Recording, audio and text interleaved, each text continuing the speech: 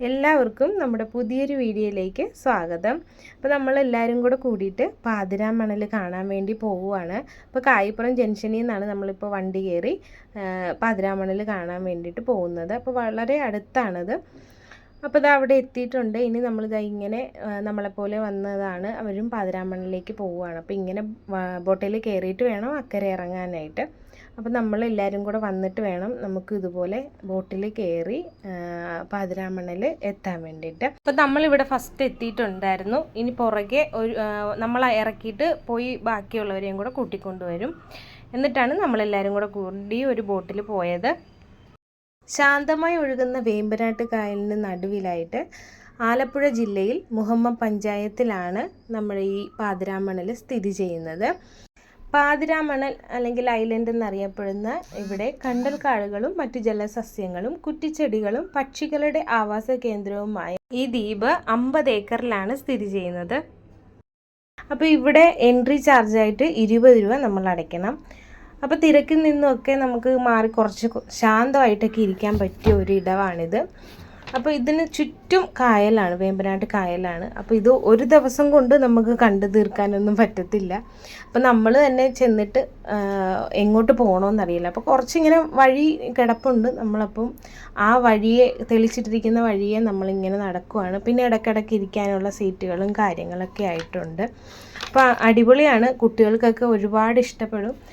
അപ്പോൾ നമ്മളും ഇത്രയും പ്രതീക്ഷിച്ചിട്ടല്ല അങ്ങോട്ട് ചെന്നത്. അപ്പോൾ കണ്ടപ്പോൾ ഭയങ്കര ഭംഗിയുണ്ട്. കാരണം ഇങ്ങനെ ആൾ താമസമൊന്നും ഇല്ലാത്തതിൻ്റെ ആ ഒരു ഭംഗി അവിടെ കാണാനുണ്ട്. കാരണം ആരും ഒന്നും വെട്ടി നശിപ്പിക്കാനും ഒന്നും അവിടെ ഇല്ല.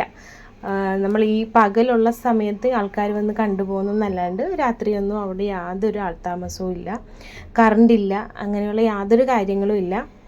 അപ്പം നമ്മൾ അവിടെ ചെന്ന് ഇതെല്ലാം കഴിഞ്ഞിട്ട് നമ്മൾ അതിന് തുടങ്ങിയതേ ഉള്ളൂ, നടക്കാൻ ഒത്തിരി ഉണ്ട്. അപ്പം നമ്മൾ പോയപ്പോൾ കുറച്ച് താമസിച്ച് ഒരു 4 മണിയൊക്കെ ആയിട്ടുണ്ട്. അപ്പോൾ അത് അങ്ങനെ ആ ഒരു സമയത്തൊന്നും പോയാലൊന്നും കണ്ടാൽ തീരത്തില്ല. അപ്പം നമുക്ക് പറ്റുന്നിടമൊക്കെ നമ്മൾ കണ്ടു. കുറേ പാർക്കും കാര്യങ്ങളൊക്കെ ഒത്തിരി ഉണ്ട്. കുട്ടികൾക്കൊക്കെ പോയാൽ അവരടിച്ച് പൊളിക്കും അതിനകത്ത്. അതുപോലെ ഒത്തിരി പാർക്കുകളൊക്കെ പല സ്ഥലങ്ങളിലായിട്ടുണ്ട്. അങ്ങനെ നമ്മളിപ്പോൾ നേരെ വഴി തന്നെ നടന്ന് അതിനിടയ്ക്ക് നമുക്ക് ഇരിക്കാനും വിശ്രമിക്കാനൊക്കെയുള്ള സ്ഥലങ്ങളുണ്ട്. പിന്നെ കടകളായിട്ട് പറയാനാണെങ്കിൽ അത്യാവശ്യം നമുക്കൊന്ന് വെള്ളം കുടിക്കാനായിട്ട് കരിക്കുണ്ട്. അങ്ങനെയുള്ള ചെറിയ വെള്ളങ്ങളും എന്തെങ്കിലും ചെറിയ സ്നാക്സും അല്ലാണ്ട് ഭക്ഷണമായിട്ട് അങ്ങനെയൊന്നും ഇല്ല. അപ്പം നമ്മൾ പോകുന്നവർ കുട്ടികളൊക്കെ കൂടെ ഉണ്ടെങ്കിൽ അവർക്ക് വേണ്ടിയിട്ടുള്ള വെള്ളവും ഫുഡും ഒക്കെ കരുതുക. അപ്പോൾ അതിന് കൊണ്ടുപോകുന്ന ഫുഡിൻ്റെ വേസ്റ്റ് ആണെങ്കിലും ഇല്ലെങ്കിൽ കൊണ്ടുപോകുന്ന ബോട്ടിലുകളാണെങ്കിലും നമ്മൾ അവിടെ വലിച്ചെറിയാതെ അതിന് വേണ്ടിയിട്ട് അവർ വേസ്റ്റ് ബിന്ന് പ്രത്യേകം വെച്ചിട്ടുണ്ട്. അതിൽ തന്നെ നമ്മൾ പോയിടം വൃത്തിയായി നമ്മൾ സൂക്ഷിക്കണം. ആ ഒരു ഭംഗി എന്നും നിലനിൽക്കണമെങ്കിൽ നമ്മൾ ചെല്ലുന്നവരും അവിടെയുള്ള നിയമങ്ങളൊക്കെ പാലിക്കാൻ ശ്രമിക്കുക. അപ്പോൾ നമ്മളിപ്പോൾ ഉള്ളത് പാർക്കിലാണ്. അപ്പോൾ എനിക്ക് ഏറ്റവും ഇഷ്ടപ്പെട്ട ഒരു പാർക്ക് ഇതാണ്. പല സ്ഥലങ്ങളിലായിട്ടുണ്ട്, എന്നാലും കൂടുതൽ കുട്ടികൾക്ക് കളിക്കാൻ പറ്റിയ ഒരിടം ഇവിടെയായിട്ടാണ് എനിക്ക് തോന്നിയത്. അപ്പം നമ്മളിവിടെ ഒത്തിരി സമയം ഇരുന്നു. പ്രായം കാര്യങ്ങളൊന്നും ഇവിടെ ഒരു ബാധകമല്ല. എല്ലാവരും എല്ലാത്തിലും കയറാൻ പറ്റുന്നതിലൊക്കെ കയറുകയും കളിക്കുകയൊക്കെ ചെയ്യുന്നുണ്ട്. എല്ലാവരും അവരവരുടെ പ്രായമൊക്കെ മറന്നാണ് ഇവിടെ വന്ന് എൻജോയ് ചെയ്യുന്നത്. അപ്പം നല്ലൊരു അന്തരീക്ഷം, നല്ലൊരു ശാന്തത, എല്ലാം കൊണ്ടും നല്ല അടിപൊളിയായിരുന്നു.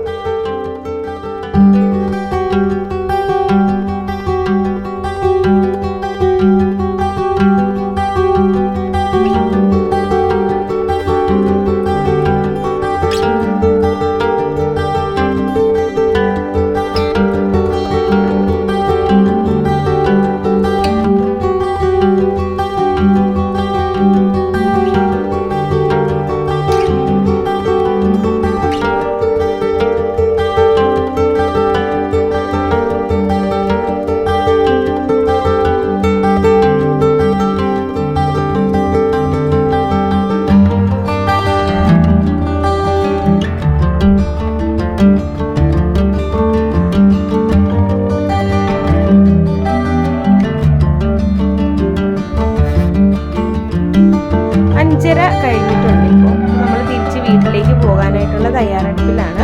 അപ്പോൾ നമുക്ക് അക്കരയിൽ നിന്ന് ബോട്ട് വന്നാലേ നമുക്ക് തിരിച്ച് പോകാൻ പറ്റത്തുള്ളൂ. അപ്പോൾ അതിന് വേണ്ടിയിട്ട് വെയിറ്റിങ്ങിലാണ്. അതിനിടയിൽ നമ്മൾ കരിക്ക് വെള്ളം കുടിക്കുകയും അത് പൊട്ടിച്ച് കഴിക്കുകയൊക്കെ ചെയ്യുന്നുണ്ട്.